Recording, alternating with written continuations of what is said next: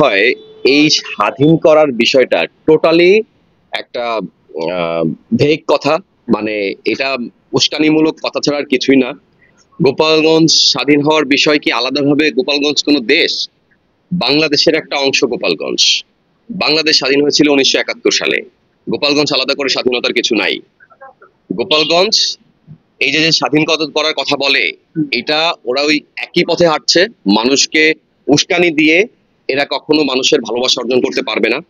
তারা আমি যতদূর শুনেছি, জানতে পেরেছি নিউজের মাধ্যমে, তারা 25টা উপজেলায় তাদের এখনো পর্যন্ত তারা কমিটি দিতে পারে নাই। তাদের অফিস নেই, তারা 200 ভোটার দেখাইতে হবে। তো গোপালগঞ্জের 5টা উপজেলা, তাদের এখানে ভোট লাগবে না? তো এখানকার মানুষকে তারা যদি এরকম উত্ত্যক্ত করে, তাহলে মানুষ এই এই মানুষরা তাদেরকে কিভাবে সমর্থন করবে?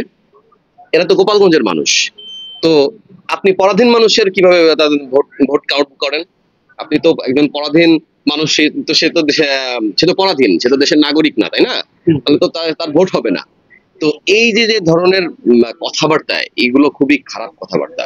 এগুলো ভুল একটা মেসেজ দিচ্ছে, এবং এইগুলো উস্কানিমূলক কথাবার্তা, এবং এর মাধ্যমে দেখবেন অনেকে অতি উৎসাহী হয়ে বলছে গোপালগঞ্জের নাম পাল্টে ফেলা উচিত। গোপালগঞ্জের যে 5টা উপজেলা বা তার পাশে চারপাশের যে বিভিন্ন জেলা আছে, এই সব জেলার সাথে বা উপজেলাকে মিক্স করে দেওয়া দরকার, ভেঙে দেওয়া দরকার গোপালগঞ্জ জেলাকে।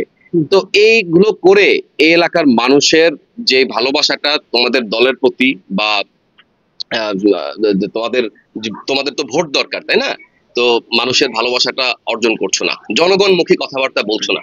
এইগুলো করার কারণে এই এলাকার মানুষ আরো ক্ষিপ্ত হচ্ছে।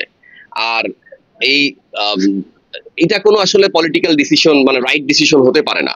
কারণ আপনি তো এলাকার মানুষকে যদি আপনি 5টা এলাকায় যদি ভাগ করে দেন, তাহলে আসলে লাভটা কি? আমাদের তো আসলে পোস্ট কনফ্লিক্টও দেখতে হবে।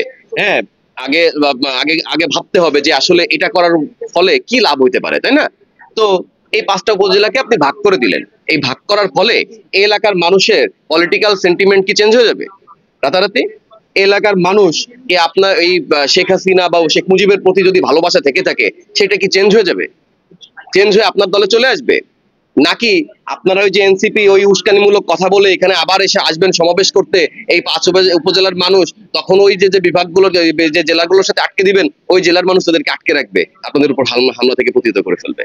বিষয়টা তো এগুলো অযৌক্তিক কথাবার্তা, বায়বীয় কথাবার্তা। এগুলো বলে ওরা উস্কানি মূলক কথাবার্তা বলে, এবং এগুলোকে এক ধরনের পপুলিস্ট কথাবার্তা বলা হয়।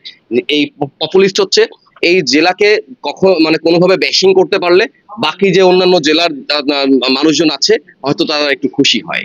হ্যাঁ, তারা চিন্তা করে এই বায়বীয় কথা বলার মাধ্যমে সেই সব মানুষকে খুশি করার, তাদের কিছু সমর্থক তৈরি করার। কিন্তু এইটা করে যে এই এলাকায় তাদের জনসমর্থন গুলো যে চিরতরে মানে হওয়ার সম্ভাবনা বন্ধ করে দিচ্ছে, নিঃশেষ করে দিচ্ছে, এটা তারা কখনোই কল্পনা করতে পারছে না। এইভাবে কখনো তারা রাজনীতি করতে পারবে না।